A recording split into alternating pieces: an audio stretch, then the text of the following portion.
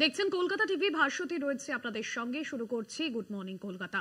আরজিকর কাণ্ডের 1 বছর, ন্যায় বিচার এবং নিরাপত্তার দাবিতে শহর থেকে জেলায় আবারও জনজোয়ার। ফের পথে অভয়া মঞ্চ। কলেজ স্ট্রিট থেকে শ্যামবাজার পর্যন্ত মিছিল, হাতে হাতে জ্বলল মশাল। শনিবার নবান্ন অভিযানের ডাক নির্যাতিতার পরিবারের।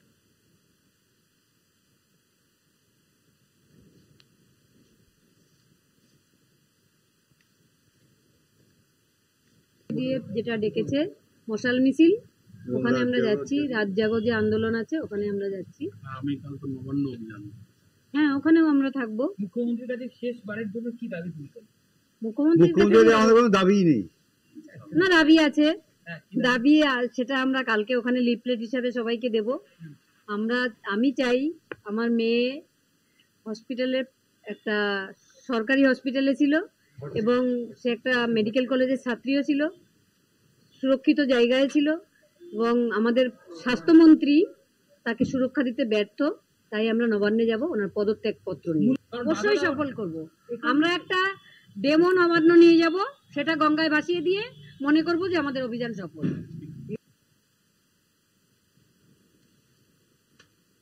আজকে আমরা শ্যামবাজার যাচ্ছি। ডাব্লিউবিজেডিএফ এর যে রাত জাগো এবং ওরা যে মশাল মিছিল করছে, ওরা মশাল মিছিল শেষ করার পরে যখন শ্যামবাজার আসবে তখন আমরা ওদের সঙ্গে যুক্ত। কালকে নবান্ন অভিযান, আগামীকাল নবান্ন অভিযান তো আছি, 7:30 থেকে 8টার মধ্যে। বলছি কাকু, নবান্ন অভিযান শেষবারের জন্য মানুষের উদ্দেশ্যে কি বলবেন? আপনারা আগের সমস্ত মানুষকে একটাই কথা বলবো, আজকে আমরা ডুবে গেছি জলের তলায়, সবাই আমরা জলের নিচে আছি, সুতরাং সাঁতার এখন আমাদের কাটতেই হবে। সবাইকে বলবো আপনারা আমাদের সঙ্গে পায়ে পা মিলিয়ে নবান্ন অভিযানে আসুন এবং এই কার্যক্রম সফল করে আমাদের মুখ্যমন্ত্রী, যিনি তৃণমূল দলের মুখ্যমন্ত্রী, শুধু জনগণের মুখ্যমন্ত্রী নন, তাকে বুঝিয়ে দিন আপনাকে জনগণের মুখ্যমন্ত্রী হতে হবে।